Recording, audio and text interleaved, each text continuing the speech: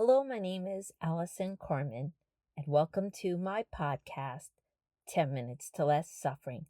And the name of today's podcast is Chop Wood, Carry Water, 2025 and 2026, What the Moment is Asking.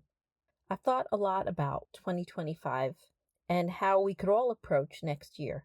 And all that came to me was chop wood, carry water. And for those of you who don't know the saying, there's an old Zen parable that goes like this.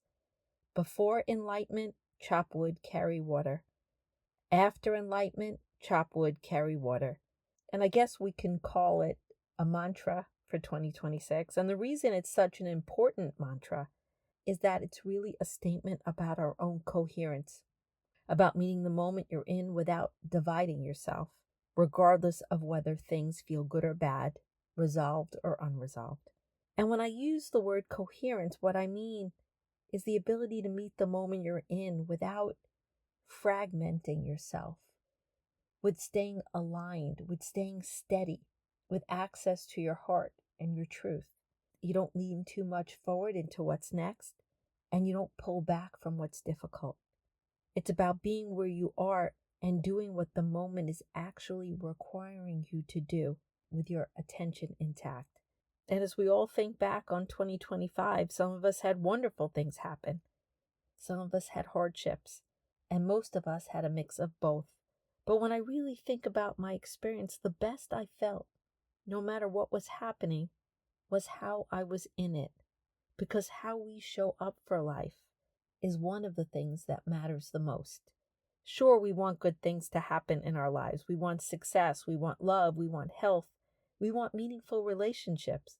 But it's only the coherence we have within ourselves that allows us to stay steady and create the ground beneath us to walk on.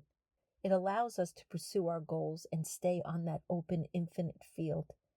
It gives us the courage to move forward without knowing the outcome. And it gives us the ability every day to try again.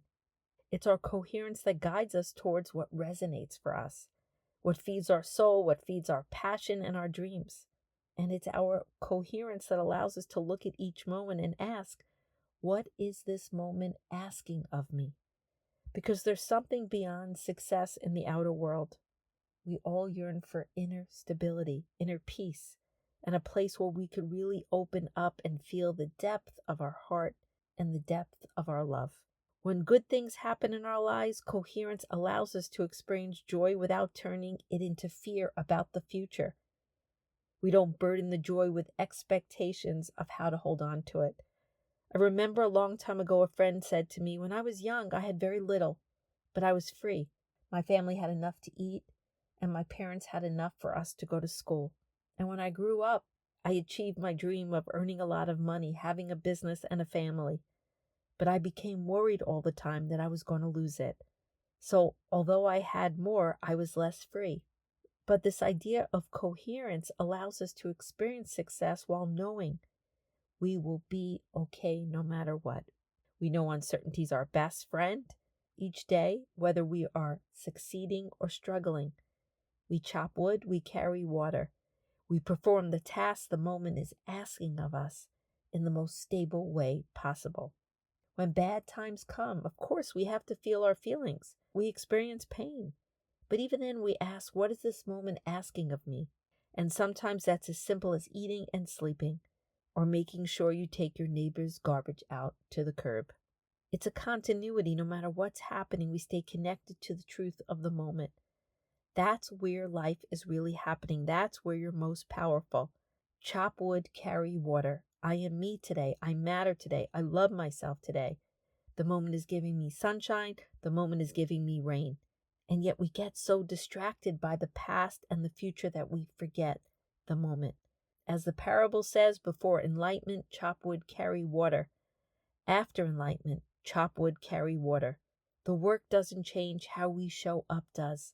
Sometimes we have this illusion that one day everything will work out. But life is always a mix, and when we forget that, we create expectations, and then we live in disappointment, and then we fear the unknown. But when we realize how we show up is equally or more important than what happens, we stop using our circumstances to define who we are. So perhaps the lesson here is not about fixing our life or controlling what happens. Perhaps the lesson in 2025 is about how we stay with ourselves in every moment. Chop wood, carry water means we don't abandon ourselves when things go well, and we don't abandon ourselves when things fall apart. We don't leave ourselves because we're afraid or disappointed or excited or trying to hold on. The moment changes. The demand of the moment changes, but the requirement does not. And the requirement of our lives is this: to respond fully to what's in front of us without leaving ourselves. And we leave ourselves when we get overly stressed because we're afraid of what will be. We leave ourselves when we live in the past and we don't let go. We leave ourselves when we resist the moment. But to commit to presence, to commit to coherence, no matter what we're feeling, no matter what we're experiencing, to know that we can handle what happens no matter what, to know that uncertainty is our best friend, that life has maybe, that we have the ability to let go and begin again. And we might not like what's happening, but we find a way to accept it. And again, it's not voiding our feelings. It's just staying present and reminding ourselves that we have what it takes to have this experience and to find our way. When we chop wood and carry water, we don't avoid difficulty and we don't cling to success. Again, we feel what we feel, but we remember the task at hand. And sometimes our suffering doesn't come from the task itself. It comes from the actual layer that we added. This shouldn't be happening. This means something about me. Chop wood, carry water means no story, just the moment. Sometimes we don't even realize that we left ourselves. We're doing the task, but we're not really here. We're rushing through it. We're resisting it. We're performing. Or we're already somewhere else, worrying about what's next or replaying what's already happened. And that's often where the suffering comes from.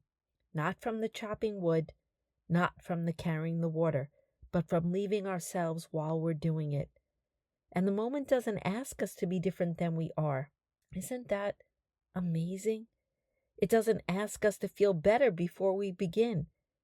It only asks us to be here, to feel what we're feeling without turning it so quickly into meaning, to stay connected even when it's uncomfortable, to remain intact when things go well and when they don't. That's coherent, and that's when we don't abandon ourselves. So how can we do this?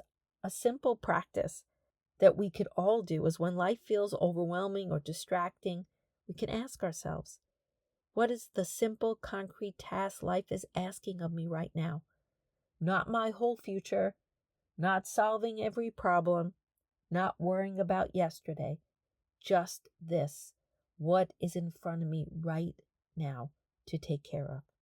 And while doing it, notice, am I rushing? Am I resisting? Am I checked out? Or am I present? And you don't have to correct anything, just notice. And then silently say, let me do this one thing without leaving myself. That's the practice. When we don't resist, a peace comes to us. Even in difficulty, we stop enduring life and we start inhabiting it. So as we enter 2026, perhaps the most important thing to carry forward is our steadiness. A steadiness that allows us to meet each moment as it is and be fully there. What a beautiful intention for the new year. Again, to remember that uncertainty is our best friend, because if we want our lives to change, it has to happen in the unknown.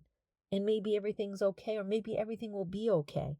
And maybe even though we're in pain, there's something left for us to experience in this moment. And maybe we can embrace all our joy in the present for what it is and not for tomorrow. And most of all, maybe the best is yet to come.